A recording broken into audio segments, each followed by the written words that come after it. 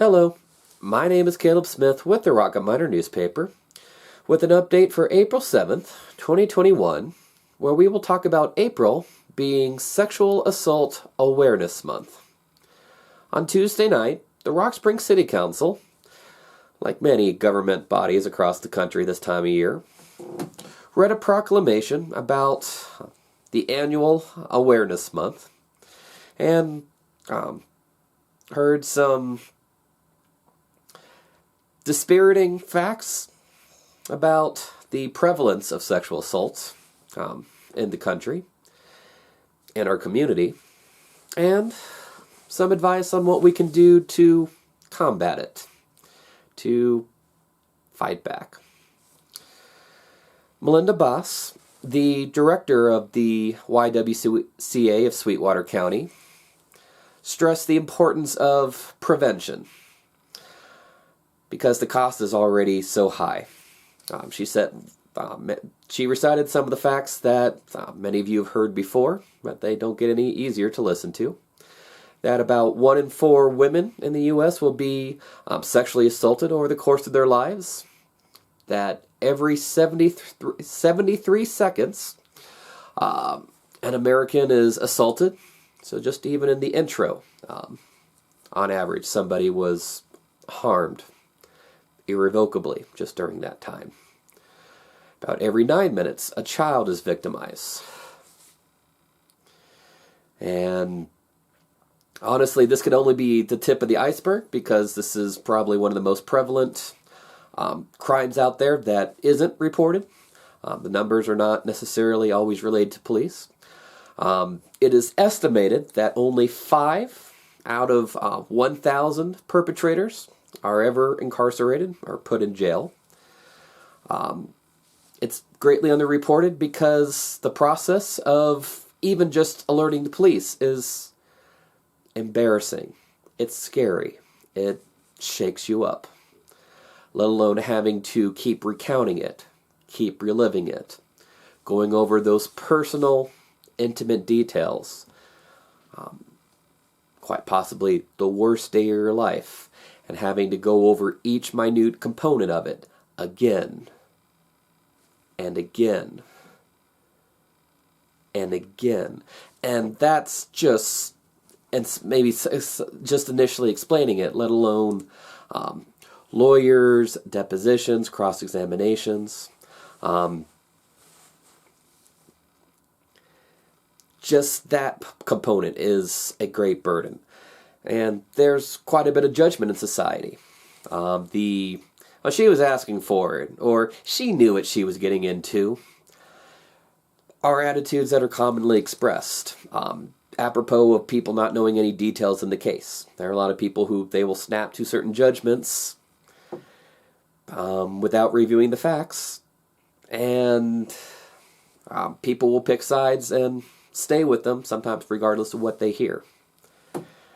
And to know that you're going to have to go through all that, there are a lot of people who make the decision to suffer in silence, to try to carry it by themselves, which is also a regrettable decision too. Stopping it before it happens is the best possible thing in these cases, because it can start a cycle that can greatly damage multiple generations, wreck a whole house. Now, like I said, there were some suggestions on what you can do. One thing is just to show support. There are different ways. That's one of the things that you can keep an eye out for people who are wearing teal bracelets. Those are just some people who are like ribbons or whatnot, just showing that your support for sexual assault awareness victims, survivors. One thing that the public was challenged to at the city council meeting was to speak up if you're seeing deplorable behaviors or attitudes expressed. Say, no, that's not appropriate. No, that's not a right way to act. There's some people who have just not been challenged on some of these viewpoints, or they've never really thought through what impact their words have.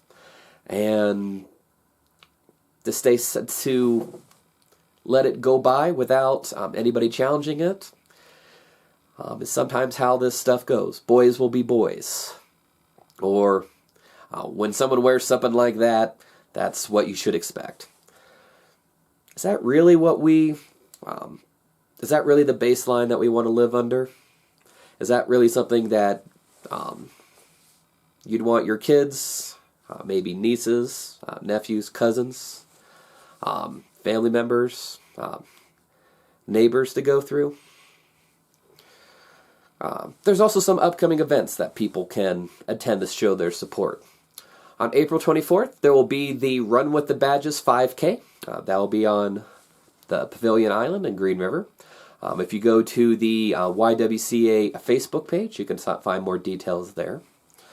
Or on April 28th, they're going to commemorate Denim Day.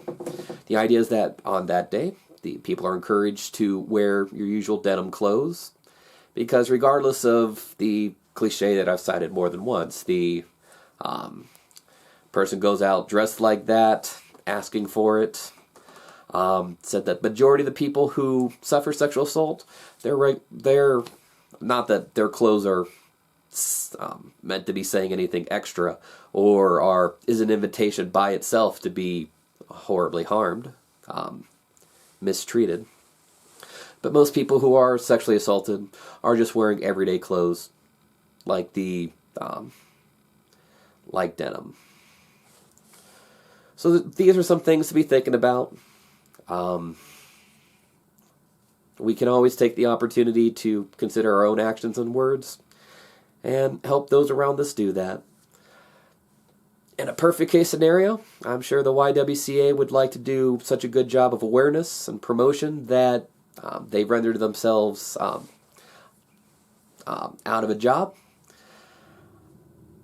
In the meantime, they, along with some other parts of the community, remain a great resource for people who need to talk about different types of assault, abuse, harm, to help people find safety, help people find comfort of mind, find a better, more productive track for their families. Check them out. They've got good people working there. Anyway, this is Caleb Smith with the Rocket Miner newspaper. Wishing you a good day and a safe tomorrow. Bye.